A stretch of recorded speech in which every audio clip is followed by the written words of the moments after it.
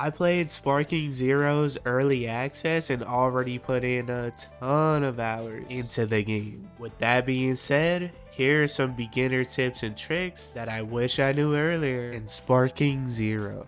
I want to start off by showing you guys the best training settings to use to help you get better in the game. You want to give your opponent max HP, give yourself max stats except for the sparking meter unless you want to practice that, and have at it. This next tip is for anybody struggling to perform combos. I feel you there. If you're really new to the game, you probably don't know that if you just mash the X button on Xbox or square on PlayStation, it'll do a basic combo for you. And this works the same for every single character. As long as you have more than one skill point, you can enter rage mode, which can buff your character in so many ways. And of course, it gives you access to your ultimate attack. There are some utility moves such as Rose, Goku Black's Audacious Laugh, which can put you into rage mode instantly. When in rage mode, you can mash up to 2 full basic combos like I showed you previously, but then it'll just awkwardly end the combo.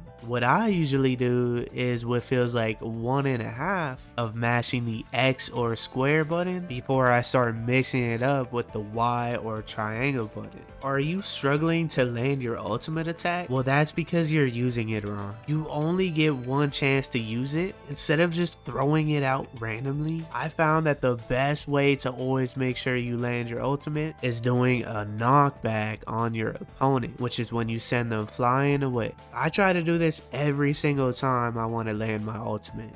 If you didn't know, you can vanish side to side in your rage mode by moving the left stick in any direction and tapping the right bumper on Xbox or R1 on PlayStation. When selecting the characters on your team, hit the start button so you can customize your characters, and make sure you have some of these capsules equipped, because if you don't, you're gonna be playing at a disadvantage. I even take it a step further and equip it on the transformations of the characters I'm using as well. Not too sure if that matters, but I ain't taking the chance. If your opponent is attempting to enter rage mode, you can catch him slipping by performing a homing dash, which you can do by holding the right trigger and tapping A twice on Xbox, or holding R2 and tapping X twice on PlayStation. If you ever find yourself in this scenario where you and your opponent are mashing light attacks into each other, just know that the first person that lands a heavy attack wins every time. There are 3 ways you can block in this game: high, mid, and low. So if the enemy is blocking your light attacks, don't just keep mashing hoping for a solution. You're gonna have to go for a low or a high attack, which you can do by holding down or up on the analog stick while you're trying to combo. One of my go-tos is pressing down on the analog stick and Y on Xbox or triangle on PlayStation, which does this low sweep and allows me to continue my combo. You gotta mix it up though, because if your enemy knows you're gonna do this, they can use it against you and counter you. You may or may not know that Ultra Instinct Goku and Whis have this cool auto dodge mechanic. I mean, this looks so sick. All you have to do is literally nothing. Get in front of your opponent, don't press any buttons, and you can dodge their melee and ki blast attacks. Even when your opponent is in the sparking mode, you can still do this as well. Watch as Vegeta shows you exactly how to counter this.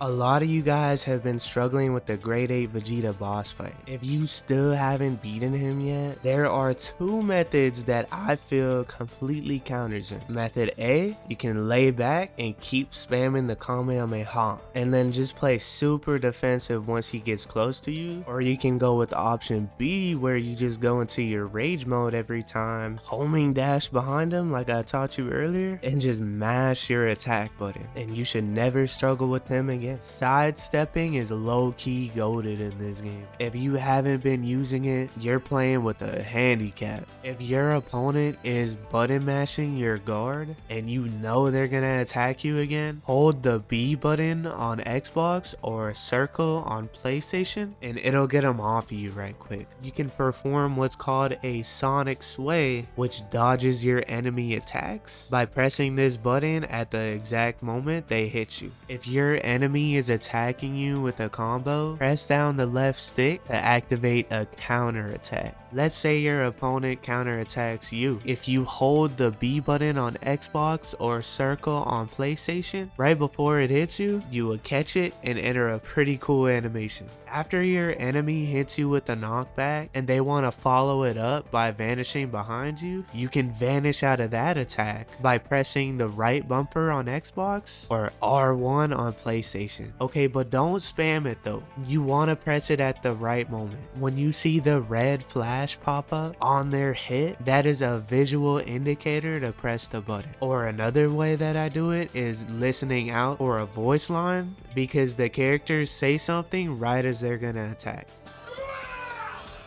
One of my favorite ways to catch people is by jumping up by tapping the left bumper on Xbox or L1 on PlayStation, and then right after holding the X button on Xbox or square on PlayStation. You want to hold it down and then let it go right as your character starts to glow white. If done successfully, you will vanish behind your opponent and knock them back. And the more you do it, the more you'll know the timing and don't even gotta look out for the glow. If you jump and press the Y button on Xbox or triangle on PlayStation, you'll get a unique key blast attack. I haven't seen a single person talk about this, but if your opponent fires a beam at you right as you enter rage mode, when you charge up your aura, it'll actually deflect the beam attack. Let me know in the comments if you've done this yourself. When you summon Shenron in Sparking Zero, it's very tempting to pick some of the wishes, such as getting new characters, getting the outfits, but I recommend you don't do that. Reason being is because you can unlock this stuff at any point in the game. I recommend that you wish for two things. One of them would be the Z abilities, because I do believe some are exclusive to the wishes, but mainly I recommend that you wish for your power level to go up, because that's gonna put more things in the shop, such as cool characters that you may want to unlock.